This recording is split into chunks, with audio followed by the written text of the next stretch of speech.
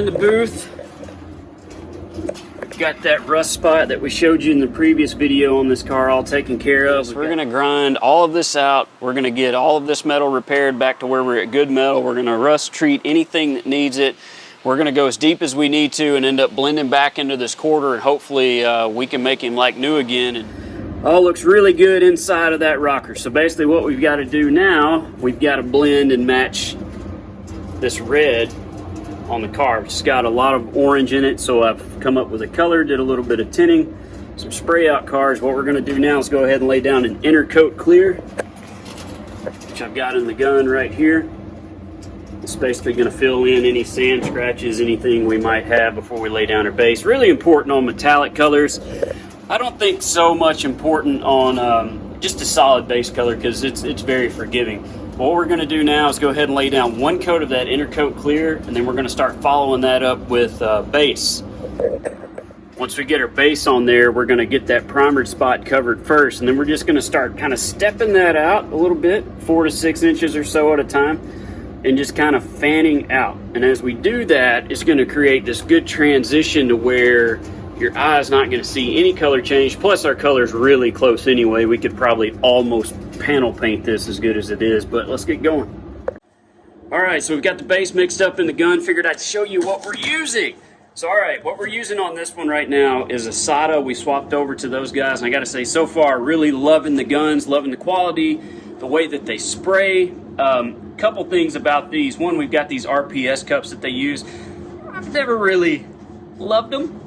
Always liked a metal cup because I thought, you know, it takes 10 seconds to clean it out. It's no big deal, but I've used these a few times now, and it's growing on me. I'm digging it. So long as I can keep them stocked up, I think I'll be all right. So one thing with this is the base gun. So the base gun has got a 1/4 tip in it, and I like these because the base gun is HVLP, so high volume, low pressure.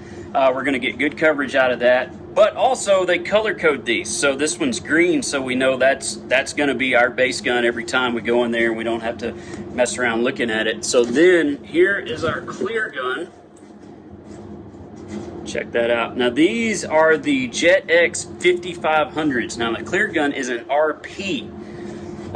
Color coded blue, and I'm using a 1/3 tip in it. I really like those because I feel like that 1/3 just kind of breaks that clear down a little better, because typically when I'm spraying, I'm not necessarily spraying it for it to be just right out of the gun ready to drive out of here. I know that I'm going to cut and buff every inch of it. So basically what I'm spraying for is a really fine textured clear coat, not that big gnarly stuff that, you know, maybe looks shiny and glossy or whatever when it's out in the sun. I'm looking for something that's really tight, fine orange peel that I can cut that down really easy. It buffs really good, and it makes it really flat in the end. You don't get that kind of cellulite stuff if you really get down to the side and look at it. So that's why I'm using a 1/3 and why I like this one so much. Another thing that's pretty cool about these, I like their gauge. So this is the Atom 2 gauge. Basically what this does is it just slides right into the back of the gun. Kind of simple as that. And your air adjustment is this little red thing right here that you can twist. So you're getting a better reading because we're reading the air up toward the top of the gun and not necessarily down at the bottom, because we're losing a little bit of pressure through there. So I think that's a really good way to do it, and I can tell we're getting a good accurate reading with that. So I think we're ready to lay down some base. Let's get over there and see if we can get that primer spot covered and start blending it out.